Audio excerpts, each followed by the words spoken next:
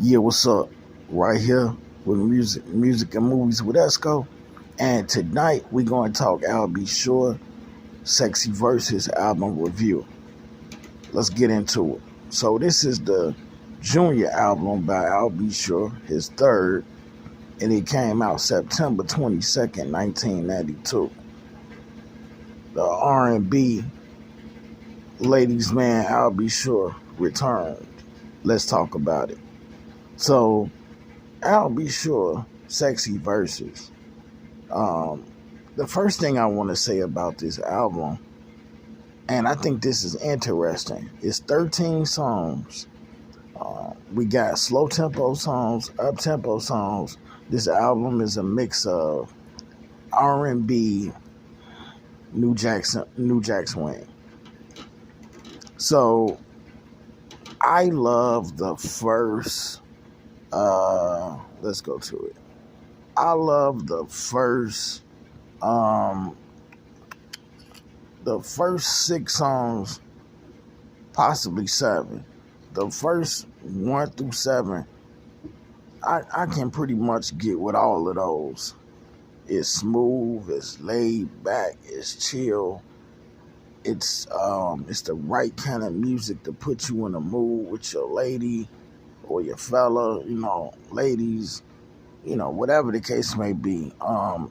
Nice cruising, late at night music to just mellow out to.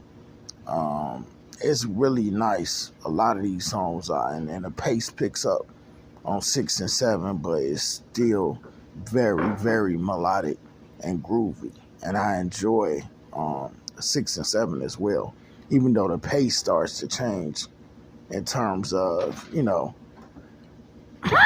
excuse me, in terms of, making it sound like he was going for something to be a little bit more upbeat.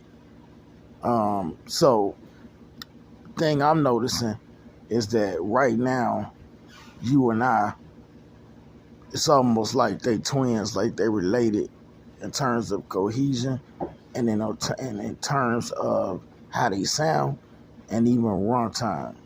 And there's nothing wrong with that for me, because if it ain't broke, then why fix it? The You and I, it rivals Jodeci's You and I in my estimation. Devontae Swing did some producing on here, writing on here, so gotta credit him as well. Um, right now is just a great introductory way to start the album. Natalie is based off of Holly Berry's Strictly Business character. I found that to be intriguing, and it definitely made the song even hotter. Ooh for You Girl, another nice song. Kick in the head, like I say, mid tempo, up tempo. That and Turn You Out, I'm liking it. But when you drop down to See the Lady, Thanks for a Great Time Last Night, I Don't Want to Cry, Die for You, I Never Hurt You Again, Papers in the End. Yeah, some of those was just mediocre for me. Like, I Don't Want to Cry, that was a single if I'm not mistaken. It was decent. Die for You was cool. See the Lady, I didn't care for it. Thanks for a Great Time Last Night. Take It or Leave It. I'll Never Hurt You Again. Yeah, it's cool. So it goes without saying. I prefer the first half of this album. Like the first seven songs was kind of the sweet spot for me. Because to be honest with you, and I'm gonna talk about that in just a second. But to be honest with you guys, um, and I don't want to like spoil any previous I'll Be Sure albums because I might at some point review those too. But I don't know if I could put this album higher than like a 7.5, and that ain't bad. That's kind of where I'm sitting at with this album. You know, somewhere in between 7 and 7.5. It ain't horrible. It ain't bad. It's just kind of good, I guess. I guess good. GOOD would be the right word to use. If you heard this album, I'm definitely inquisitive to what you may think about it.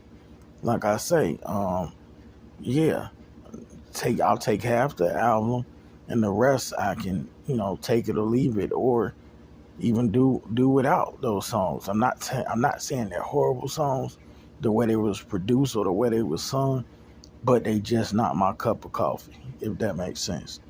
Um, so let's dive into it. Favorite songs? It shouldn't be hard. Top 5.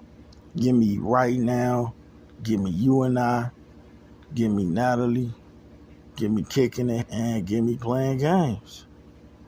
Yeah, that's my top 5. What say you? What's your favorite songs off this album?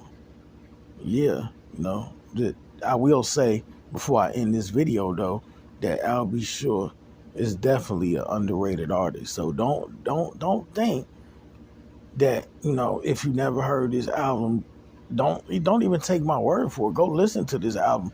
If you like '90s R&B, New Jack Swing, if that's your thing, check this album out. You might like it more than I did. Nice album cover, by the way. Production was really good. Content, it went really well. At times it felt best compliment I can pay for this album is pay to this album. Best compliment I can pay to this album is it at times it felt like a Jodeci album. And it ain't nothing wrong with that. Jodeci is one of the greatest R&B bands of all time.